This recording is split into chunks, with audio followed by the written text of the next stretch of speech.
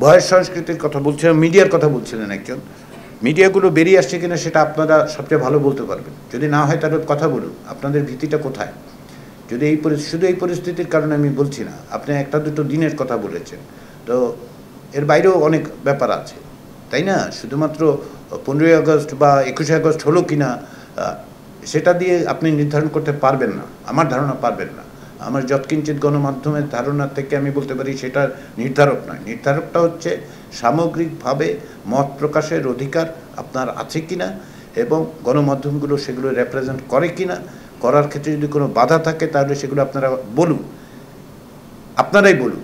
এটা অন্যদের জন্য অপেক্ষা না করাই ভালো। গণমাধ্যমের দুর্ভাগ্যজনকভাবে বাংলাদেশের সাংবাদিকদের ইউনিয়নগুলো এতটা দলীয়করণ হয়েছে যে তারা আসলে সাংবাদিকদের স্বার্থ রক্ষা করেন নাকি অন্য কিছু রক্ষা করেন সেই প্রশ্ন সবসময় উঠেছে।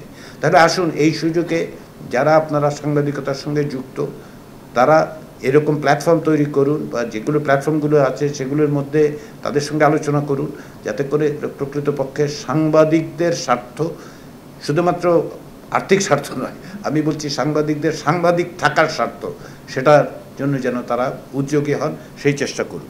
ভয়ের সংস্কৃতির কথা বলছিলেন একজন, সেটা হচ্ছে ভয়ের সংস্কৃতি যখন এটা একদিনে যাবে না। আপনি যদি মনে করেন যে হঠাৎ করে ক্ষমতায় 3 জন লোক পরিবর্তিত হয়েছে, একজন লোক পালিয়ে গেছেন, তাতেই ভয়ের সংস্কৃতি সমস্তটা চলে যাবে তা নয়, এর প্রাতিষ্ঠানিকীকরণ করা হয়েছে। ফলে প্রতিষ্ঠানগুলো না পরিবর্তন হওয়া পর্যন্ত আপনি দেখতে পাবেন। কিন্তু ভয়ের সংস্কৃতি মোকাবেলা করার জন্য ব্যক্তির সক্রিয়তা জরুরি। সেই শক্তিটা ব্যক্তির সক্রিয়তায় আছে, সেই শক্তি যদি সম্ভব হয় তাহলে পরিবর্তন হবে। সংস্কৃতি একদিনে বদলায় না।